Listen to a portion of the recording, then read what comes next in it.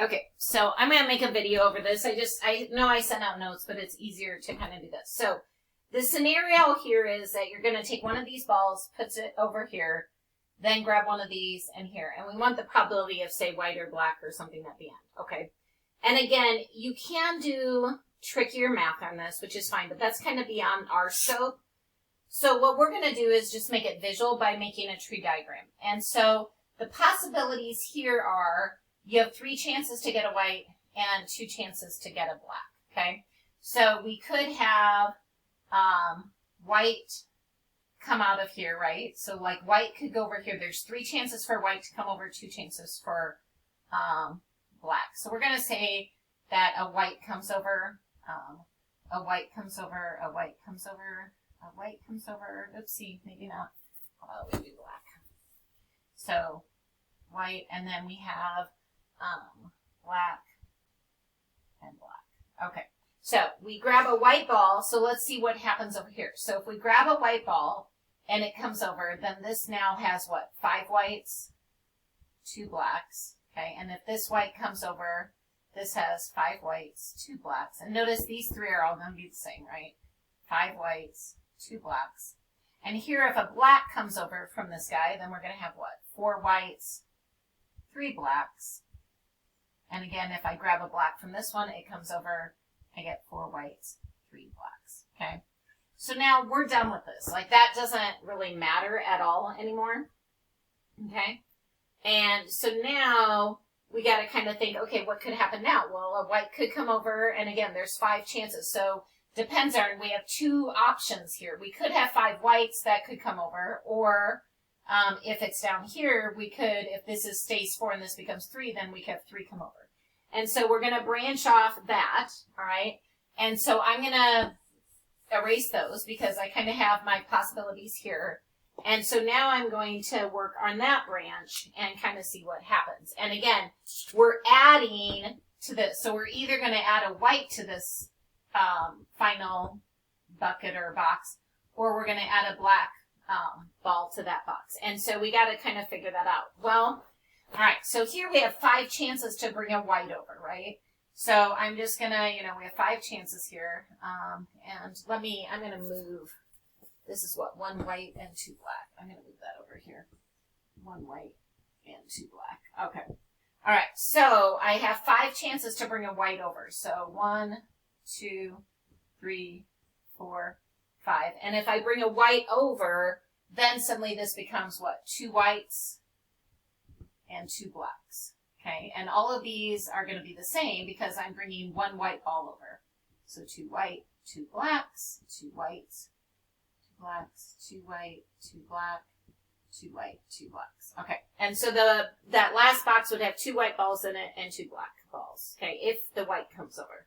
Okay. Now, what about if a black ball comes over? Well, there's only 2 chances of that happening. But again, they're going to have the same outcome. If a black comes over, I'm going to have 1 white, 3 black, 1 white, 3 black. Now, again, I could do that same math again, right? I could do, 5 and 2 here and 5 and 2 here. But these guys are the same as that. So I am just going to write, I don't know, ditto maybe, like, right? Because I can, and if you need to see it, redraw this math here and redraw it here, okay? It's just, I know they're going to be the same, so that doesn't bother me too much. All right, and then let's look down here. Okay, what happens in this scenario? Let me spread this out a little bit so I have more space. So this is, again, this would be a black coming over, and that would have given us, what, 4 white and 3 black. Okay, just to give me some more space here. Okay, so this one, I have 4 opportunities to bring white. Okay, and, okay, if I brought a white into this one, right? So I'm going to take one of these whites and bring it over there. Then I'm going to get, what, 2 whites and 2 blacks again.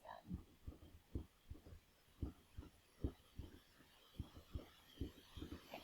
All right. Now, what happens if I bring a black ball over? Okay, so I have 3 black balls, so I have 3 possibilities of that happening. Okay, so if I bring a black ball over, I'd have what? 1 white, 3 black, 1 white, 3 black, 1 white, 3 black. Okay? And again, I could do the same thing down here, and if you're visual and you need to do it, then you go ahead and draw it, but I'm going to say ditto because it's going to be the same. All right. So now you can see what we would call our sample space here. So say I want to know what's the probability of someone having, say, a white ball. Okay, so like out of that last bin, right? So once we add to this, it's either going to be 3 black with 1 white, or if I add a white, it's going to be 2 and 2. But what's the probability of getting a white? Okay, so what I need to do now is I need to count my whites over the total possibilities. So there's 1, 2, 3, 4, 5, 6, 7, 8, 9, 10 here. 10, 11, looks like there's 12 whites, okay? So there's 12 whites, 12 whites, 12 whites, right? So that's, I think, 36, if I'm correct. So let's see, there's 12, or 10, yep, 12, and then it'd be the same here and here. And then down here I have 1, 2, 3, 4, 5, 6, 7, 8, 9, 10, 11 whites, and I think I'd have the same for that as well. So is that 58? I hope. Okay, so 58 whites. Okay, and then we have to figure out the total of all the balls, right? And we know there's going to be 4 in here. You can see every rectangle has 4. Whether I pull a white or black, it's going to be 4. So I have 1, 2, 3, 4, 5, 6, 7 that all are going to have 4 in them. Okay, and this is going to be the same. This is going to be the same. And even down here, it's going to be the same because I'm going to have 1, 2, 3, 4, 5, 6, 7, but they're all going to have 4 in them and so forth. All right, so I have 7 times 4, which is 28 for this guy, right? There's 28 possible balls, so 28. And I have 1 set, 2 sets, 3 sets, 4 sets, 5 sets. Okay, so I got 140 there, okay? So that would be the total of grabbing any ball. And then that would, I can simplify that, and that would give me my probability of white, okay?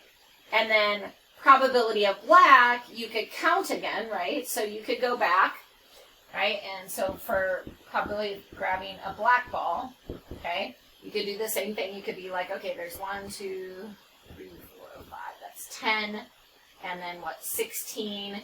And these 16 are the same, right? So 16 times 3 is what, 48. And then down here you have 1, 2, 3, 4. 4 times 2 is 8, 9, 10, 11, 12, 13, 14, 15, 16, 17 times 2 is what, 34? And get 82, right? Over 140.